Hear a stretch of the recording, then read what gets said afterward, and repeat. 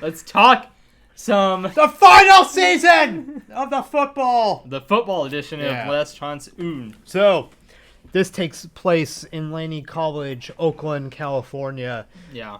By far the best season, and we can actually talk shit that happened. And last time when we talked, we will put the link in the description of the non-spoiler talk.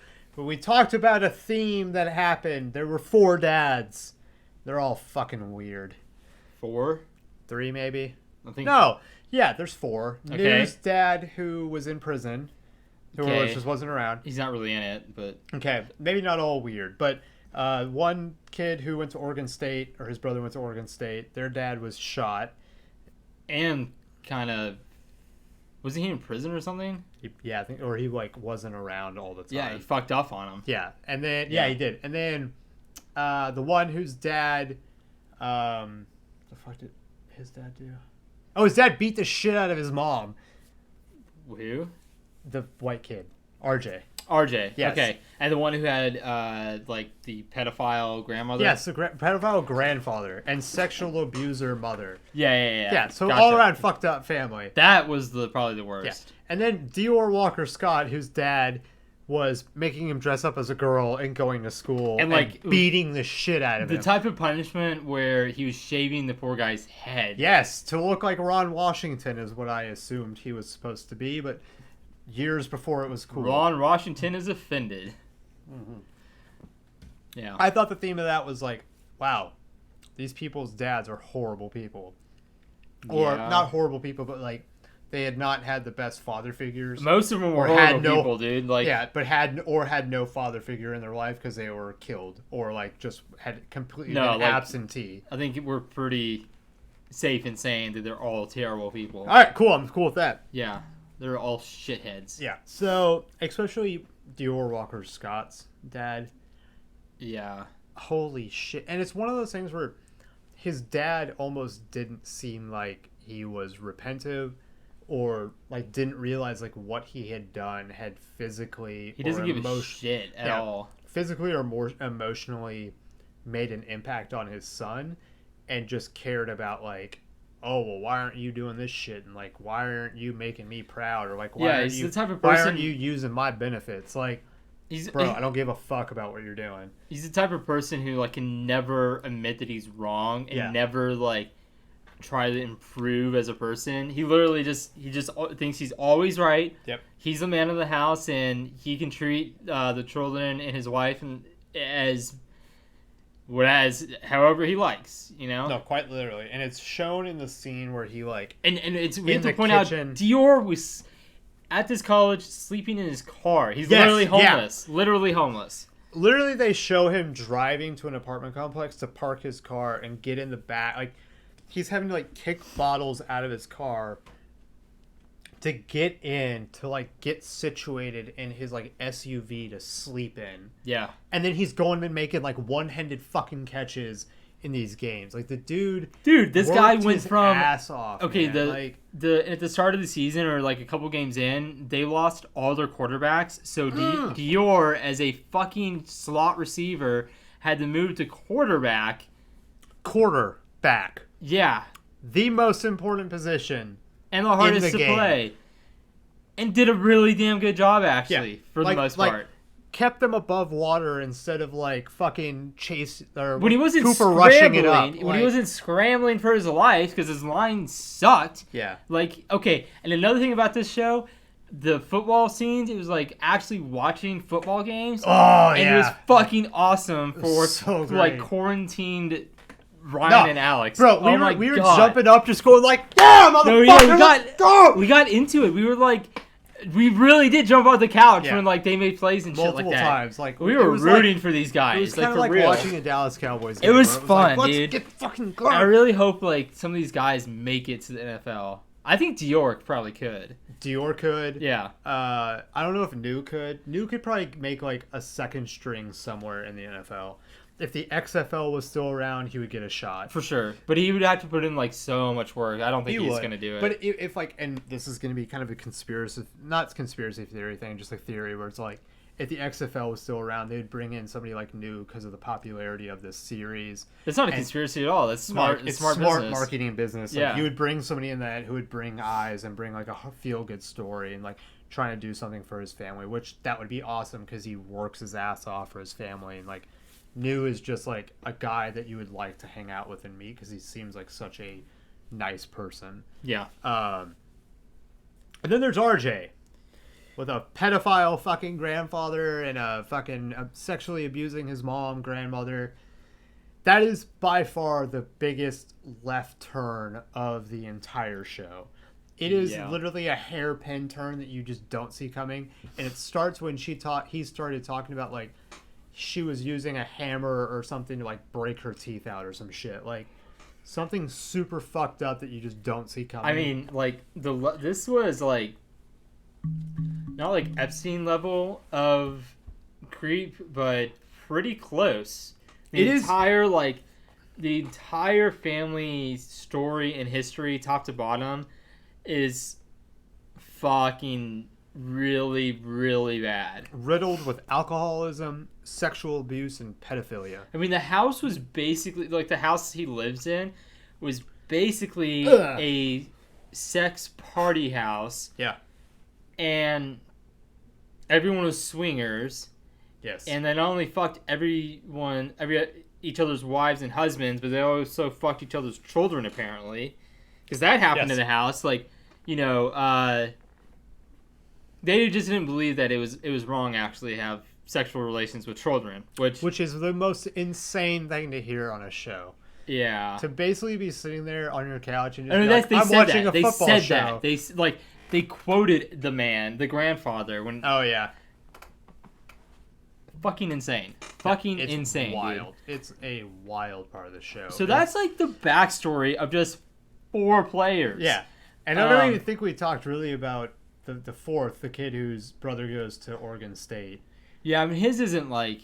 But his is still sad. Like, his is still a really sad... Did he die? The dad? Yeah, he was killed in a shooting. Yeah, especially since, like, you know, he... it's really sad for them. Yeah. So it was just one part of the show where you had 4 dudes that you just find out have an insane dad backstory. Every single one of them. Yeah. And only one of them is still really around, which is 2 really. New and Dior's are still kind of around. Sorta. Dior's is trying to force himself upon Dior's life, which he just doesn't want. So he goes to fucking Hawaii. Deservedly so, yeah. Yeah, dude gets to go play in fucking Hawaii. That's like the best move any football player can make. Yeah, we'll get to that, dude. But the one thing that I wanted to point out, and I was going to say it earlier, but this feels and is unlike any other Last Chance U season, and it tells you that within the first 2 to 3 minutes, where they tell you there's no dorms and there's no kitchen. There's not going to be a communal space where these players are all huddled together, or we're going to be able to do like interviews in their dorm rooms. This is going to be such a different feel from the rest of the season. And it tells you that in the first like 5 minutes of the show. And that just tells you. And then they do a completely different like intro song. And it's like, okay, this entire season is going to be different. And it is because you have a coach that's a way better, and you don't have like inner team fights. You have players who are legitimately like fighting to get where they want to be. And that's why the raw emotion comes out. Where in other seasons, it was just like, okay, these guys are fucking idiots, or like they're just not doing what they need to do, and they're just dumb on the field. Whereas like you can kind of feel the real stakes here. Yeah, and the reason I think that is, and it's also the reason why they highlighted these 4 players and their experience with their father, was that this season, it was the best season because it had the best coach. Yes. This is like everything you want this guy was everything you wanted in a football coach. This guy is like... I got it wrong last time. I'm never, ever going to get this wrong again. Coach John Beam. Yeah. Boss. Dude, yeah. So the reason they highlighted these 4 players is because this guy is a father figure to every single man on his football squad. He's harsh as fuck. Like, he does it the old school way, but, I mean... I never once felt like he was doing it from a place of malice. Never to where, like, it wasn't something that, like, should never be said. Like, a lot of football coaches, like, will go over the line and say shit they really shouldn't, but this guy never did. He knew how to, like, get up to that red line, but not jump over it. And these guys, like, you could tell they respected it. There were a few moments in the season where, like, you could see there was mutiny a brewing, but, like, it quickly shifted. Like, he knows when that's happening. After 40 years of coaching, he can sense that in the locker room, and he quickly turned the tide against that. And, I mean, by the end of the season, they were like, if they hadn't lost their quarterback, they would have a strong chance at winning another state championship. Like, they were humming going into the last 2 games of the season. They won their last 2 games handedly, and the only thing that happened was, like, another team won or didn't lose, and that's the reason they didn't make the playoffs. So, like, he did such a great job, and, like, he makes this season, right? Yeah. I think, like, in all great organizations, like, the morality and the principles should bleed from the top, and, like, it's clear that this guy is coming from the right place, has had the right career path where he's learned clearly from great mentors how to do this. He has 40 years of experience, and he loves it more. Like, I think he would probably admit he loves it more than his wife. So, like... Oh, no, for sure. I think he says that at some point. Yeah, so, like, he has everything you want of a football coach. Like, I would be cool with the Cowboys firing whoever fucking cheesehead asshole is running... Mike McCarthy. Mike McCarthy, and hiring Mr. Beam. Bro, hold up. If they literally, like, fucking just, like, called a press conference tomorrow and were like, yeah, fuck Mike McCarthy, here comes Jason Beam. John Beam. God damn it! I would storm the star in happiness, John dude. Beam, I'd lose my shit. We'd be the only 2 That'd people be outside the hilarious. press conference going, yes! Yes! Go! No, dude, I'd lose my goddamn mind. That shit would be hilarious. Yeah. It'd be awesome, too, because I know he would, like, literally make a connection with every player on that team, no matter how much money they make. And then he'd have them running through fucking walls. And a heartbeat. All those fuckers would be wearing beast mode on their back, and they'd be running through shit. You know what would be like the goddamn, like, perfection I'm gonna team? call up Keith Robinson, and we're gonna get like a fucking, GoFundMe change.org thing going. We're gonna get people signing up to have change.org. But John like, Beam as Dallas Cowboys coach. Literally the best squad. Who? John Beam head coach. Yeah. Assistant coach. Who? Take a guess. I have no clue. Take a guess. Who? Jason Garrett. Oh! Bring him back, baby! Bring him back to run the I offense. love the Red, but god damn it, don't let him be a head coach, okay? I never knew you felt that way about Jason Garrett. I love the man. I love the dude, but not as a head coach. He's a pile of dog shit, okay? Yeah, he's a bad head coach. But he's great as an assistant, and I think John Beam, we need to stop talking about this. Coach Beam, come to the Cowboys. Mike McCarthy's going to do a good job. Mike McCarthy's going to do a good job. I'm going to print out a shirt as, like, John Beam and a Cowboys hat. Bro, I'm not optimistic. How optimistic are you about the Cowboys season? Let's just get like not at all. Just get a quick hit. Not at all. In our last chance you segment. Yeah, we're talking football. No, because I don't think DeMarcus Lawrence is going to be fucking playing. I don't think he's going to play. I think that completely fucks our defense. Okay, I haven't been keeping up with it at all. Why does he not have his surgery yet? He has a kid coming. Yeah. Yeah. So that's why DeMarcus Lawrence. Is he gonna opt out then? Can they opt out? They can technically opt out. Okay, we don't have D-Law. What else? Our offense doesn't mesh as much as we'd like it to. We have like a completely new offense coming in. Like, I think that's fine. I think we're good there. I don't. Okay, Carry on.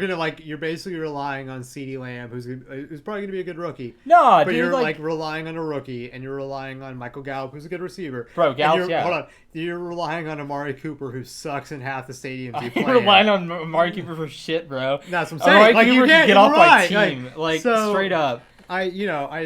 I think here's my thing. I love the Cowboys. I'm gonna trust in the Cowboys. Not really, but like I trust in Jerry Jones. I don't at all. You can fuck off with your like, oh well, Jerry Jones has done shit for like Jerry Jones has done nothing football wise in literally 25 years. 25 years. He hasn't done 25 years, but like everything else he's done is doesn't matter if we won a goddamn Super Bowl. It does matter. No, it doesn't, Ryan. Ryan. What would get you more stoked? That Jerry Jones has $2 billion in like capital gains, or that we won another Super Bowl? That you get to watch them lift a Super Bowl. What would be better? The Super Bowl would be better than everything, but Jerry Jones... We haven't done that. Okay, Jerry Jones has given us the Star. No, he's given us A-10 Stadium. Ryan, he's given us like a fucking one of Ryan, the best sports franchises in the world. Ryan, what? Think about this. Think about this right now. How far have we ever gotten in the playoffs that you can remember? Second round. Exactly.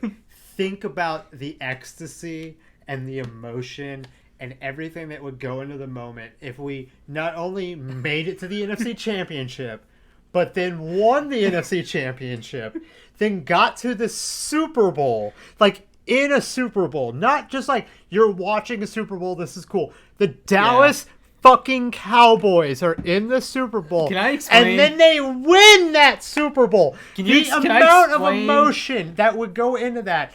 Dude, you would go, that's way better than getting a star or a new stadium or a bunch of cool players. The amount of emotion through that entire journey First off, better. First off, I'm not arguing against that. It obviously is, yes. But Max is scared. If the Cowboys won the Super Bowl, I have, like, bro, I would have to take a full week off, that Sunday. I would already have taken the full week off. I've been telling my whoever I work for, if I work for anyone when this happens. If the Cowboys make the Super Bowl, it's like a week off. Yeah. Like we would be in Vegas, bro. We would be partying for a week straight.